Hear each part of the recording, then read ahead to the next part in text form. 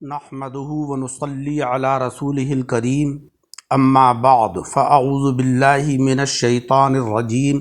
بسم الله الرحمن الرحيم قد نرى تقلب وجهك في السماء فلنولينك قبلة ترضاها فول وجهك شطر المسجد الحرام وحيثما كنتم فولوا وجوهكم شطره وَإِنَّ الَّذِينَ أُوتُوا الْكِتَابَ لَا يَعْلَمُونَ أَنَّهُ الْحَقُّ مِنْ رَبِّهِمْ وَمَا اللَّهُ بِغَافِلٍ عَمَّا يَعْمَلُونَ صدق اللہ العلی العظیم۔ حضرات اکرام، سورہ بقرہ کی آیت نمبر 144 کا درس چل رہا ہے، جس کا ترجمہ ہے کہ تحقیق ہم دیکھ رہے ہیں آپ کے چہرے کو آسمان کی طرف بار بار پھیرنا۔ فَلَنُوَلِّيَنَّكَ قِبْلَةً تَرْضَاهَا، پس ہم ضرور آپ کو اس قبلے کی طرف پھیر دیں گے جس میں آپ کی خوشی ہے۔ فَوَلِّ وَجْهَكَ شَطْرَ الْمَسْجِدِ الْحَرَامِ، پس آپ اپنے چہرے کو مسجد حرام کی طرف پھیر لیجئے۔ وَحَيْثُمَا كُنْتُمْ فَوَلُّوا وُجُوهَكُمْ شَطْرَهُ، اور اے مسلمانوں، جہاں کہیں بھی ہو تم، بس اپنے چہروں کو مسجد حرام کی طرف کو پھیر لو۔ وَإِنَّ الَّذِينَ أُوتُوا الْكِتَابَ لَا يَعْلَمُونَ أَنَّهُ الْحَقُّ مِنْ رَبِّهِمْ، اور تحقیق وہ لوگ کہ جو کتاب دیے گئے البتہ وہ جانتے ہیں کہ یہ حق ہے ان کے رب کی جانب سے۔ وَمَا اللَّهُ بِغَافِلٍ عَمَّا يَعْمَلُونَ، اور اللہ رب العزت بے خبر نہیں ہے اس سے کہ جو وہ کر رہے ہیں، یعنی جو کام وہ کر رہے ہیں، جو شرارتیں وہ کر رہے ہیں، مولا رب العزت اس سے باخبر ہے۔ جب ہجرت فرما کر آقا علیہ السلام مدینہ طیبہ تشریف لائے تو بیت المقدس کی طرف نماز پڑھتے ہوئے تقریباً 17 مہینے گزر گئے تھے۔ مشرکین عرب کو تو یہ شکایت تھی کہ حضور صلی اللہ علیہ وسلم بنی اسماعیل ہو کر بیت المقدس کی طرف نماز کیوں پڑھتے ہیں، اور یہودیوں کا یہ طعنہ تھا کہ مسلمان ہماری تو مخالفت کرتے ہیں اور ہمارے ہی قبلے کو منہ کرتے ہیں، اگر ہم لوگ برے ہیں تو ہمارا قبلہ کیوں اختیار کیا ہوا ہے۔ اور ساتھ ہی میں یہ بھی شیخی مارا کرتے تھے کہ اگر ہم نہ ہوتے تو مسلمانوں کو قبلے کی خبر بھی نہ ہوتی، ہماری امداد سے ان کی نمازیں درست ہوتی ہیں، اور جیسے کہ قبلے میں یہ ہماری اطاعت آج کر رہے ہیں، عنقریب ہماری ساری باتیں یہ مسلمان مان لیں گے۔ ان وجوہ سے آقا علیہ السلام کی تمنا تھی کہ ہمارا قبلہ کعبہ ہو جائے۔ 15ویں رجب دوشنبے کے دن ظہر کے وقت حضرت جبریل امین حاضر خدمت ہوئے تو آپ نے فرمایا کہ اے جبریل، ہمارا دل چاہتا ہے کہ اللہ رب العزت ہمیں کعبہ معظمہ کی طرف کو پھیر دے۔ انہوں نے عرض کیا کہ آپ رب کی بارگاہ میں بڑی عزت والے ہیں، آپ دعا فرمائیں، اللہ تبارک و تعالی آپ کی دعا کو ضرور قبول فرمائے گا۔ یہ کہہ کر حضرت جبریل علیہ السلام تو آسمان پر چلے گئے اور آپ نے ظہر کی نیت باندھی، مگر اللہ جانے آج اس نماز میں کیا راز ہے اور کس ناز کا اظہار ہو رہا ہے کہ محبوب علیہ السلام وحی کے انتظار میں آسمان کو بار بار تک رہے ہیں۔ اسی حالت میں یہ آیت کریمہ نازل ہوئی، فَوَلِّ وَجْهَكَ شَطْرَ الْمَسْجِدِ الْحَرَامِ، جس میں آپ کے اس انداز اور محبوبانہ ناز کا ذکر فرمایا گیا کہ قد نرا تقلب وجہک فی السماء۔ اے حبیب مکرم جناب احمد مجتبی محمد مصطفیٰ صلی اللہ علیہ وسلم، ہم آپ کا یہ بار بار آسمان کو دیکھنا دیکھ رہے ہیں۔ اچھا، آپ یہی تو چاہتے ہیں کہ آپ کو کعبے کی طرف پھیر دیا جائے؟ جس قبلے سے آپ راضی ہیں ہم اسی طرف آپ کو پھیرے دیتے ہیں، لہذا آپ سلام کا بھی انتظار نہ کریں، اسی وقت اور اسی حال میں کعبۃ اللہ یا مسجد حرام یا مکہ معظمہ کی طرف کو پھر جائیں۔ فولی وجہک شطر المسجد الحرام۔ اور اے مسلمانوں، یہ حکم خاص محبوب علیہ السلام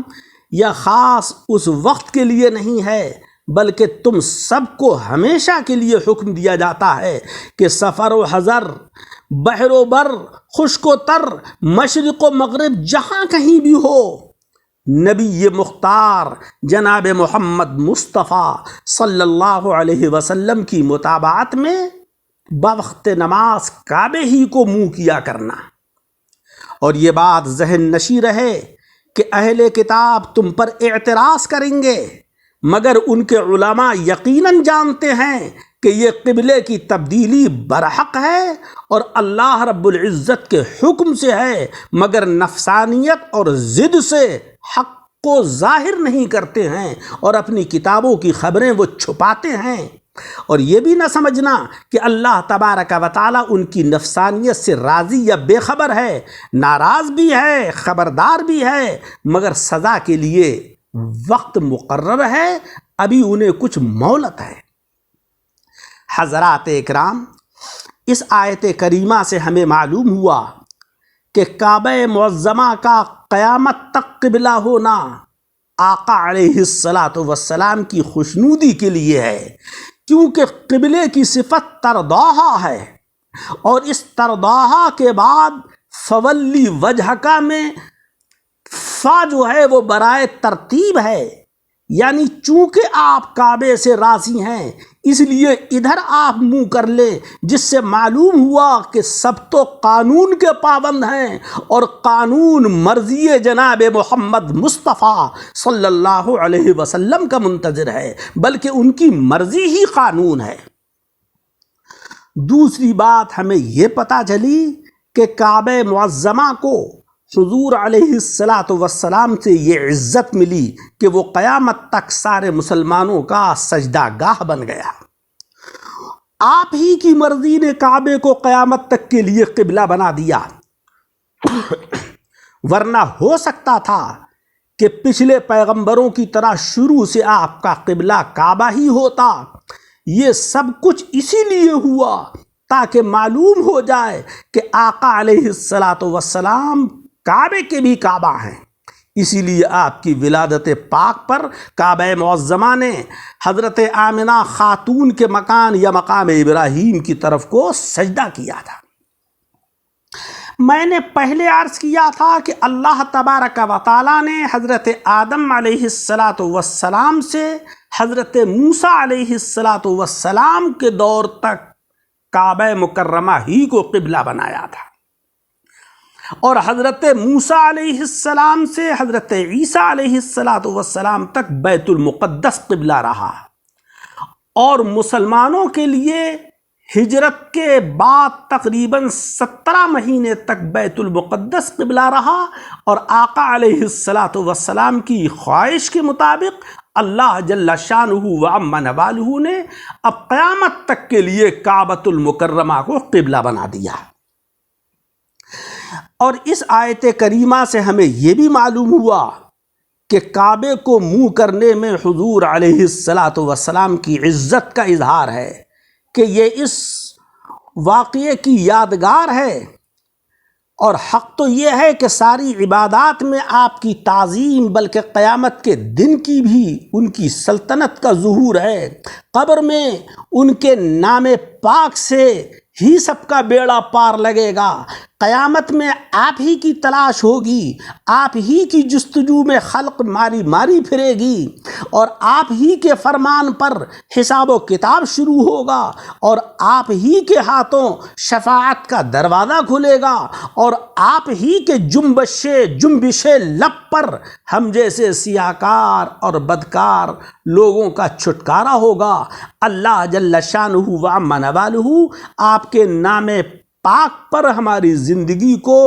گزارے اور آپ ہی کا نام لیتے ہوئے ہماری زبان بند ہو۔